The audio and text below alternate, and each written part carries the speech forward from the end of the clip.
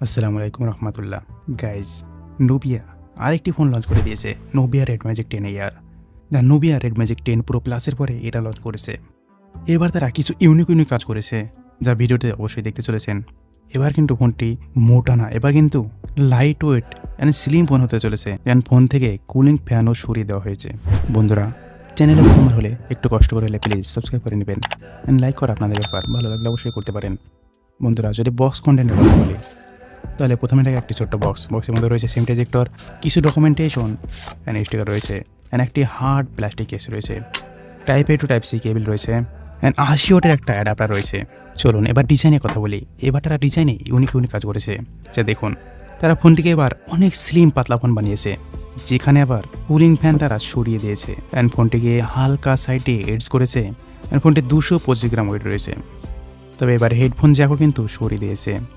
Back সাইডে যে আগের লাইট ছিল সেটা কিন্তু নাই আর। ব্যাক সাইডে শুধুমাত্র একটা, অর্থাৎ নিউ ফ্যাশন একটা রিং LED ফ্ল্যাশ লাইট রয়েছে, যেখানে আবার দুটি লাইটের সুবিধা রয়েছে, যা আপনার নোটিফিকেশনের সময় অথবা গেমের সময় একটা ইউজ করতে পারবেন, আবার তো একটা ফ্ল্যাশ লাইট হিসাবে ইউজ করতে পারবেন। এবার ফোনের সাইডে হালকা করে এডসগুলো কাপ রয়েছে। তবে ব্যাক সাইডে এবার ট্রান্সপারেন্ট না দিয়ে ব্যাক সাইডে পুরো ম্যাট ফিনিশের সঙ্গে দিয়েছে। ফ্রেমও ম্যাট ফিনিশ থাকছে, ব্যাক সাইডেও ম্যাট ফিনিশ থাকছে, ফ্রেম থাকছে মেটাল। বাদিক দিয়ে রেড ম্যাজিকের একটি লোগো রয়েছে, একটি দাগ রয়েছে, যে এবার অনেকটা এই ফোনটিকে S25 আল্ট্রার মতোই ডিজাইন করেছে। তবে তার থেকে একটু হালকা কম কাপ রয়েছে। তবে রিং LED ফ্ল্যাশটার জন্য কিন্তু ফোনটিকে দেখতে আরও ইউনিক লাগছে। তো এবার হাতের ছাপ কিন্তু সহজে এই ফোনটিতে বসবেই না, কেননা এখানে ম্যাট ফিনিশ রয়েছে। তবে কুলিং ফ্যান সরানো হয়েছে, তাই বলে কিন্তু প্রেশার সেন্সিটিভ জোন কিন্তু সরানো হয়নি। এখানে প্রেশার সেন্সিটিভ জোন রয়েছে, আবার এখানে গেমিং বটনও রয়েছে, যা আপনি কাস্টমাইজ করতে পারবেন। আপনি ক্যামেরার জন্য ইউজ করতে পারেন, অথবা ফ্ল্যাশ লাইটের জন্য ইউজ করতে পারেন, আবার গেমের জন্য ইউজ করতে পারেন। হ্যাঁ বন্ধুরা, ফোনটির ওয়েট কমিয়ে 205 গ্রামে তারা নিয়ে এসেছে। সব বুঝতেই পারছেন একটা গেমিং হেভি ফোন তারা কতটা লাইট ওয়েট করার চেষ্টা করেছে। তবে প্রেশার সেন্সিটিভ জোনে 520 হার্জের টাচ সেন্সিং রেট রয়েছে। তবে এখানে অ্যাবিশন অ্যালুমিনিয়াম ফ্রেমই রয়েছে। তাছাড়া এখানে IP54 ওয়াটার রেজিস্ট্যান্ট রয়েছে। এখানে কিন্তু IP68 কোনো ওয়াটার রেজিস্ট্যান্ট ইউজ করা হয়নি।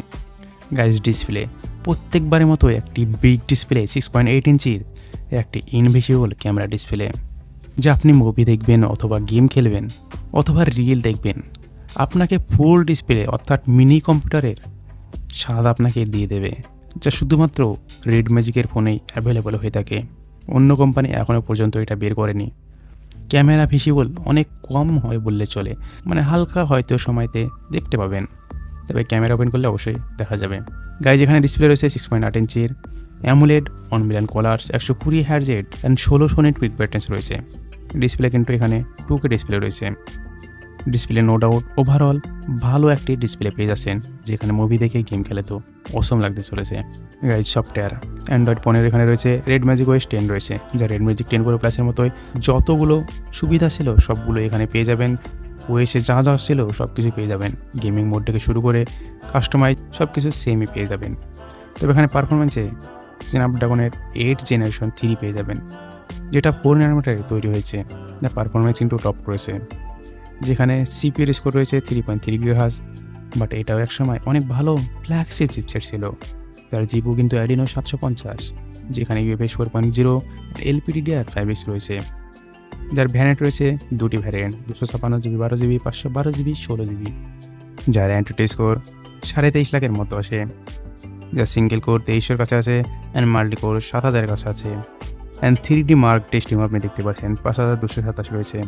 গাইজ, যদি গ্লোরি অফ কিং এই গেমটির কথা বলি, তাহলে এখানে 30 মিনিট খেলার পরে অ্যাভারেজ ফ্রেম ড্রপ 120.8 FPS রয়েছে। যেখানে ফোনটি ফ্রন্ট সাইডে গরম হয় 43.2°C, অ্যান্ড ব্যাক সাইডে 45°C পর্যন্ত গরম হয়। আর আমরা যদি হেভি গেম জেনসিন ইম্প্যাক্টের কথা বলি, তাহলে এখানে 16.7 FPS পেয়ে যাবেন। যা ফোনটি এখানে কিন্তু অনেক বেশি গরম হয়ে যায়, যা 50° ফ্রন্ট সাইডে অ্যান্ড 49°, প্রায় 50° ব্যাক সাইডে। তবে ব্রোকেন আয়রন এই গেমটির যদি কথা বলি, তাহলে এখানে 30 মিনিট খেলার পরে ফ্রেম রেট রয়েছে 121.4 FPS। তবে এখানে এই ফোনটি একটু গরমটা কম হয়। আর ফোনটি যদি মনে হয় যে বেশি গরম হচ্ছে, তার জন্য আপনি কুলিং ফ্যান চাইলে নিয়ে নিতে পারবেন। তাছাড়া আপনি গেমিংয়ের সময় প্রেশার সেন্সিটিভ জোন এটা কিন্তু ইউজ করতে পারবেন, যা রেড ম্যাজিক 10 প্রো প্লাসের মতোই, মানে যেগুলো সুবিধা ছিল সবগুলো পেয়ে যাবেন। বাট ফোনটি একটু লাইট ওয়েট হয়েছে, কুলিং ফ্যানটাকে সরানো হয়েছে। গাইজ, যদি ক্যামেরা নিয়ে কথা বলি, তাহলে ব্যাক সাইডে এখানে রয়েছে দুটি সেন্সর, 50 মেগাপিক্সেল একটি মেন সেন্সর, যেখানে ওয়াইস মোড রয়েছে, আর একটি রয়েছে আলট্রা ওয়াইড 50 মেগাপিক্সেল। তবে ব্যাক সাইডে 8K শ্যুট করতে পারবেন, আর ফ্রন্ট সাইডে 16 মেগাপিক্সেল রয়েছে 2.0 ফ্রন্ট সাইডে 1080p শ্যুট করতে পারবেন। তাছাড়া ফিঙ্গারপ্রিন্ট ডিসপ্লের মধ্যে রয়েছে 6000 mAh ব্যাটারি রয়েছে। ফোনটি কালার রয়েছে 3টি, ব্ল্যাক, হোয়াইট অ্যান্ড অরেঞ্জ, যা এই প্রাইজে একটি বেস্ট ফোন। হ্যাঁ, আপনি গেমিং বলুন, বেস্ট ডিসপ্লে বলুন, বেস্ট ডিজাইন বলুন, সব কিছুতেই। বাট ক্যামেরাও ওভারঅল আপনাকে চালিয়ে